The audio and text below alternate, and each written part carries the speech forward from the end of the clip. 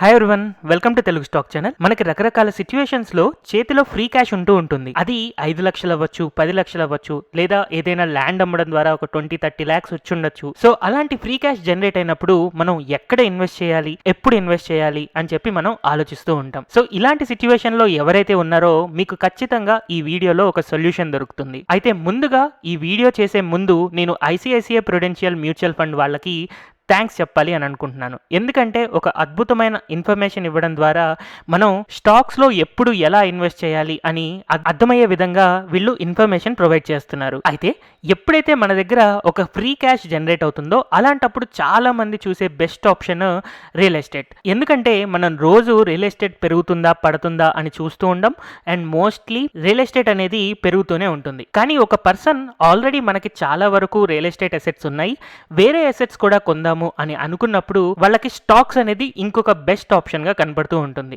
కాకపోతే మనం stocks observe చేస్తున్నప్పుడు రియల్ ఎస్టేట్ యొక్క అసెట్ ప్రైజెస్ అనేవి ఇలా ఇంక్లైన్డ్ గా పెరుగుతూ ఉంటే స్టాక్ ప్రైజెస్ మాత్రం మనకు కొన్నిసార్లు పెరుగుతూ ఉంటాయి, కొన్నిసార్లు పడిపోతూ ఉంటాయి. ఇలా జరుగుతూ ఉండడం వల్ల ఎమోషనల్ గా చాలా మంది స్టాక్స్ లో ఇన్వెస్ట్మెంట్ చేయడం ద్వారా మంచి రిటర్న్స్ తీసుకోలేకపోతారు. అందుకని స్టాక్ మార్కెట్ మీద ఎవరికైతే ఎక్కువగా అవగాహన లేదో అలాంటి వాళ్ళు మ్యూచువల్ ఫండ్స్ లో ఇన్వెస్ట్మెంట్ చేయడం మంచిది. బట్ ఒకవేళ ఎవరైనా స్టాక్ మార్కెట్ యొక్క అడ్వైజర్ తెలిసినా, లేదా మీకే స్టాక్ మార్కెట్ గురించి మంచి ఐడియా ఉన్నా, అలాంటప్పుడు మీరు ఓన్గా ఇండివిజువల్ స్టాక్స్లో కూడా ఇన్వెస్ట్ చేయొచ్చు. అయితే ఇప్పుడు సింపుల్గా ఒక పర్సన్ మ్యూచువల్ ఫండ్లో ఇన్వెస్ట్మెంట్ చేయాలి అని అనుకుంటున్నారు అని అనుకుందాం, లేదా మీరే ఒక స్టాక్ పోర్ట్ఫోలియో క్రియేట్ చేసుకొని దాంట్లో ఇన్వెస్ట్మెంట్ చేయాలి అని అనుకుంటున్నారు అనుకుందాం. అయితే ఇప్పుడున్న ఇంకొక క్వశ్చన్ ఏంటి అంటే, ఇప్పుడు మీ దగ్గర ఉన్న క్యాష్ అంతా కూడా ఒకేసారి లంసంలో ఇన్వెస్ట్మెంట్ చేయాలా, లేకపోతే నెలకి కొంచెంగా సిస్టమేటిక్ ఇన్వెస్ట్మెంట్ ప్లాన్లో పెట్టాలా అనేది మనకి వచ్చే నెక్స్ట్ క్వశ్చన్. సో ఈ క్వశ్చన్కి ఆన్సరే మనకి ICICI Prudential యొక్క మ్యూచువల్ ఫండ్ అనాలిసిస్లో వాల్యుయేషన్ ఇండెక్స్ని మనం అబ్జర్వ్ చేస్తే తెలిసిపోతుంది. సో ICICI Prudential వాళ్ళు డిజైన్ చేసిన ఈక్విటీ వాల్యుయేషన్ ఇండెక్స్ని కనుక మనం అబ్జర్వ్ చేస్తే ఇక్కడ మనకి 5 కలర్ స్ట్రీమ్స్లో కనపడుతూ ఉంది. ఒకటి డార్క్ గ్రీన్, ఒకటి light green, yellow, orange and red. So ఈ 5 కలర్స్కి మనకి డిఫరెంట్ మీనింగ్ ఉంది, అండ్ అలాగే ఆ మీనింగ్ని బట్టే మనం ఇన్వెస్ట్మెంట్ చేయాలా లేదా అని చెప్పి మనం డెసిషన్ తీసుకోవచ్చు. అండ్ ఈ చార్ట్ ఏదైతే మూవ్ అవుతూ ఉందో అది మన కరెంట్ మార్కెట్ యొక్క సిచ్యువేషన్ని చెప్తుందన్నమాట. సో యాజ్ ఆఫ్ నో మన కరెంట్ మార్కెట్ లెవెల్ అనేది ఇక్కడ ఉంది. సో దీని యొక్క అర్థం ఏంటి అనేది ఇప్పుడు చూద్దాం. సో ఇందులో మనం కలర్స్ కనుక అబ్జర్వ్ చేస్తే లెస్ దెన్ 80 ఉన్నది dark green colour. So dark green colour ఉన్నప్పుడు మనం అగ్రెసివ్గా ఈక్విటీస్లో ఇన్వెస్ట్ చేయొచ్చు అంట. అంటే మన దగ్గర 10 లక్షలు ఉన్నాయి అని అనుకుంటే పూర్తిగా 100% మనం తీసుకెళ్లి ఇమీడియట్గా లంసమ్ ఇన్వెస్ట్మెంట్ చేయొచ్చు. బట్ అదే ఒకవేళ ఈ ఇండెక్స్ అనేది 80 to 100 మధ్యలో ఉంది అని అనుకుంటే అలాంటప్పుడు కూడా మనం ఈక్విటీస్లో ఇన్వెస్ట్ చేయొచ్చు. బట్ ఇక్కడ నా సజెషన్ ఏంటి అంటే 80% వరకు మనం లంసమ్ ఇన్వెస్ట్మెంట్ చేసి రిమైనింగ్ 20%ని సిస్టమేటిక్ ఇన్వెస్ట్మెంట్ ప్లాన్లో SIP ద్వారా ఇన్వెస్ట్మెంట్ చేయొచ్చు. ఎందుకంటే మనకి స్టాక్స్లో ఇన్వెస్ట్ చేయడానికి మనం గుడ్ టైంలో ఉన్నాం, కానీ బెస్ట్ టైంలో లేము. ఎప్పుడు బెస్ట్ టైం? ఎప్పుడైతే మనకి లెస్ దెన్ 80 వెళ్తుందో అలాంటప్పుడు బెస్ట్ టైం. కాబట్టి అలాంటి బెస్ట్ టైం వచ్చినప్పుడు మనం 100% లంసంలో పెట్టచ్చు, కానీ ఇక్కడ గుడ్ టైం మాత్రమే నడుస్తుంది కాబట్టి 80% మనం లంసం చేసి 20% వరకు SIP చేయొచ్చు. అండ్ నెక్స్ట్ లెవెల్ మనం అబ్జర్వ్ చేస్తే 100 to 120 మధ్యలో ఉంటే న్యూట్రల్ స్టేట్గా అనుకోవచ్చు. సో ఇలాంటప్పుడు 50% మనం లంసం చేసి అండ్ రిమైనింగ్ 50% మనం SIPకి ప్లాన్ చేసుకోవచ్చు. నెక్స్ట్ ఒకవేళ 120 to 130 ఉంటే అలాంటప్పుడు ఇంక్రిమెంటల్ మనీ టు డెప్ట్ అని చెప్పి వీళ్ళు అనుకుంటున్నారు. అంటే స్టాక్ మార్కెట్లో పెట్టడం కంటే కూడా డెప్ట్ ఫండ్స్లో లేదా బాండ్స్లో లేదా ఫిక్స్డ్ డిపాజిట్లో ఇన్వెస్ట్ చేయడం అనేది ఒక రకంగా మనకి మంచి రిటర్న్స్ ఇవ్వచ్చు.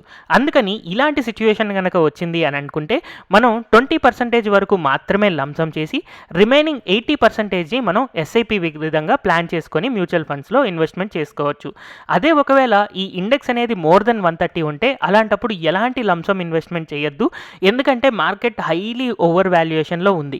కాబట్టి మోస్ట్లీ ఆల్రెడీ మీ దగ్గర ఎగ్జిస్టింగ్ స్టాక్స్ మ్యూచువల్ ఫండ్స్ ఉంటే దాన్ని కొంతవరకు అమ్మేయడం బెటర్, కానీ దాన్ని హోల్డ్ చేసుకోవడం వల్ల మనకి నెగిటివ్ రిటర్న్స్ రావడానికి ఛాన్సెస్ ఉంటాయన్నమాట. అందుకని ఇలాంటప్పుడు 0% lump sum and remaining 100% SIP plan చేసుకోవచ్చు. అండ్ ఈ SIP ప్లాన్ చేస్తున్నప్పుడు కూడా అట్లీస్ట్ మనం 2 years SIP ప్లాన్ చేసుకోవాలి. అండ్ ఈ 2 years SIPలో కూడా ఫర్ ఎగ్జాంపుల్ నా దగ్గర 10 lakh రూపీస్ ఉంటే ఫస్ట్ ఇయర్ నేను ఓన్లీ 3 lakh రూపీస్ మాత్రమే ఎస్ఐపికి ప్లాన్ చేసుకుంటాను. అండ్ సెకండ్ ఇయర్ రిమైనింగ్ 7 lakhకి ఎస్ఐపి ప్లాన్ చేసుకుంటాను. ఎందుకంటే మార్కెట్ హైలీ ఓవర్ వాల్యూడ్ ఉంది కాబట్టి ఆ మార్కెట్ కొంచెం సబ్డ్యూ అయ్యి స్లో అయ్యి కింద పడడానికి కొంచెం టైం పడుతుంది. అందుకని అలాంటప్పుడు చిన్న మొత్తంలో మనం ఇన్వెస్ట్మెంట్ చేసుకొని ఎప్పుడైతే మనకి ఈ ఇండెక్స్ లెవెల్ 80 to 100 కానీ లెస్ దెన్ 80 వెళ్తుందో అలాంటప్పుడు ఎక్కువ అమౌంట్ ఇన్వెస్ట్ చేసే విధంగా ప్లాన్ చేసుకుంటే మంచిది. సో ఇప్పుడు మనం ఈ ఇండెక్స్ని అబ్జర్వ్ చేస్తే ఇది 114.7 దగ్గర ఉంది. న్యూట్రల్ స్టేజ్లో ఉంది కాబట్టి ఇలాంటప్పుడు ఎవరైనా లంసమ్ ఇన్వెస్ట్మెంట్ చేయాలి అని అనుకుంటే 50% వరకు మనం లంసమ్ ఇన్వెస్ట్మెంట్ చేయొచ్చు. అంటే 10 లక్షలు ఉన్నవాళ్ళు 5 లక్షల వరకు డైరెక్ట్గా లంసమ్ ఇన్వెస్ట్మెంట్ చేసి రిమైనింగ్ 50% ఏదైతే ఉందో అది ఒక 1 ఇయర్లో ఇన్వెస్ట్మెంట్ చేసే విధంగా ఎస్ఐపి ప్లాన్ చేసుకోవచ్చు. సో ఈ వాల్యుయేషన్ ఇండెక్స్ని ఇంకొంచెం డీప్గా మనం అర్థం చేసుకోవడానికి ట్రై చేస్తే ఈ వాల్యుయేషన్ ఇండెక్స్ని ఐసిఐసిఐ వాళ్ళు 2005 నుంచి మనకి చూపిస్తున్నారు. అందులో దాదాపుగా ఇప్పటికీ 170 నెలలు అయితే ఆ 170 నెలల్లో 8 నెలలు మాత్రమే మనకి బెస్ట్ టైం టు ఇన్వెస్ట్ ఉంది. 54 మంత్స్ మనకి బెటర్ టైం టు ఇన్వెస్ట్ ఉంది.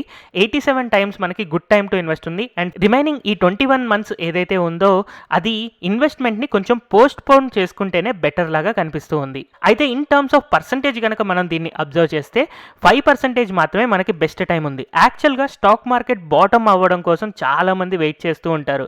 అయితే ఈ 170 నెలలు కనుక అబ్జర్వ్ చేస్తే స్టాక్ మార్కెట్ బాటమ్ని మనం ప్రెడిక్ట్ చేయడానికి కేవలం 5% ఛాన్సే ఉంది. కాబట్టి బాటమ్ ఎప్పుడు వస్తుంది అని చెప్పి ప్రెడిక్ట్ చేయడానికి ట్రై చేయొద్దు. అది చాలా రేర్ కేసెస్లో వస్తుంది. అందుకోసమని మనం బాటమ్ కోసం వెయిట్ చేయొద్దు. బట్ మార్కెట్లో ఎప్పుడు కూడా బెటర్ టైమ్స్ ఎక్కువగానే ఉంటాయి. సో ఈ బెటర్ టైమ్స్ యొక్క పర్సంటేజ్ అబ్జర్వ్ చేస్తే దాదాపుగా 32% స్టాక్ మార్కెట్లో లంసమ్ ఇన్వెస్ట్మెంట్ చేసే విధంగా మనకి బెటర్ టైం కనపడుతూనే ఉంది. అండ్ స్టాక్ మార్కెట్లో గుడ్ టైం లాగా మనకి 51% దాకా ఉంది. సో ఇప్పటిదాకా మనం అబ్జర్వ్ చేస్తే 88% ఆఫ్ ద టైమ్ మనకి స్టాక్ మార్కెట్లో ఇన్వెస్ట్మెంట్ చేసే విధంగా పాజిటివ్గానే కనబడుతూ ఉంది. బట్ రిమైనింగ్ 12% ఏదైతే ఉందో ఇలాంటప్పుడు కొంచెం స్టాక్ మార్కెట్లో వెయిట్ చేస్తే మంచిది.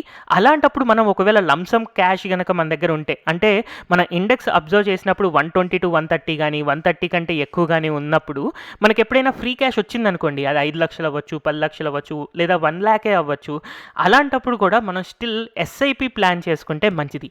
లంసమ్ ఇన్వెస్ట్మెంట్ చేయకుండా ఇట్లాంటప్పుడు కొంచెం వెయిట్ చేస్తే మనకి మంచి రిటర్న్స్ వస్తాయి అన్నమాట.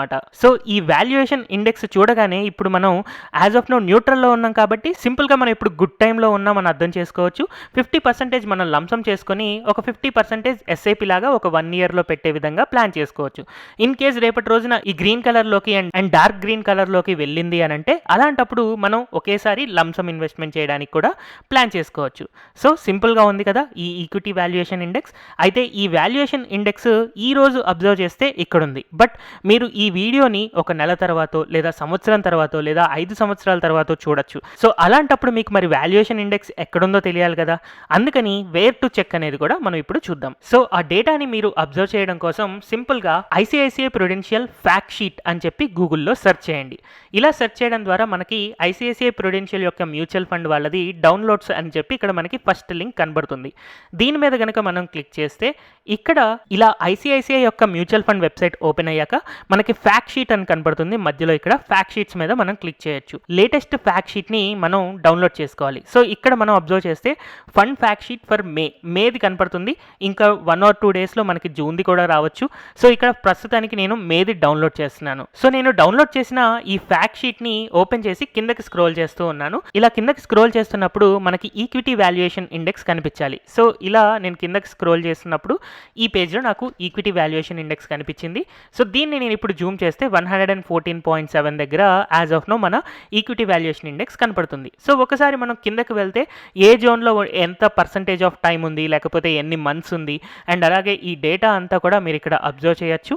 అండ్ ఈ వాల్యుయేషన్ ఇండెక్స్ని వీళ్ళు క్యాలిక్యులేట్ చేయడం కోసం price to earnings, price to book value, G Sec into PE, market cap to GDP ratio, ఈ 4 రేషియోస్ని ఈక్వల్ వెయిటేజ్ ఇస్తూ ఈ వాల్యుయేషన్ ఇండెక్స్ని క్యాలిక్యులేట్ చేస్తూ ఉన్నారు. సో ఇలా మీ దగ్గర ఎప్పుడైతే ఒకసారి లంసమ్ క్యాష్ ఉంటుందో అలాంటప్పుడు ఈ ఈక్విటీ వాల్యుయేషన్ ఇండెక్స్ని మనం ఒకసారి డౌన్లోడ్ చేసుకొని అబ్జర్వ్ చేస్తే లంసమ్లో ఇన్వెస్ట్ చేయాలా లేదా ఎస్ఐపిలో ఇన్వెస్ట్ చేయాలా అని చెప్పి మీ ఓన్ డెసిషన్ మీరు తీసుకోగలుగుతారు. అయితే ఈ వీడియో మీరు ఇప్పుడు చూశారు కాబట్టి మేబీ ఇంకొక వారం రోజులు లేదా నెల రోజుల వరకు మాత్రమే మీకు గుర్తుండొచ్చు.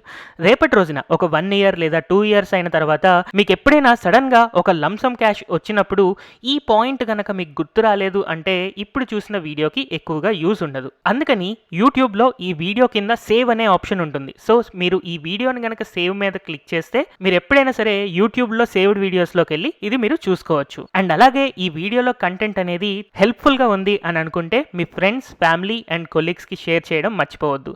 Thank you everyone for watching this video.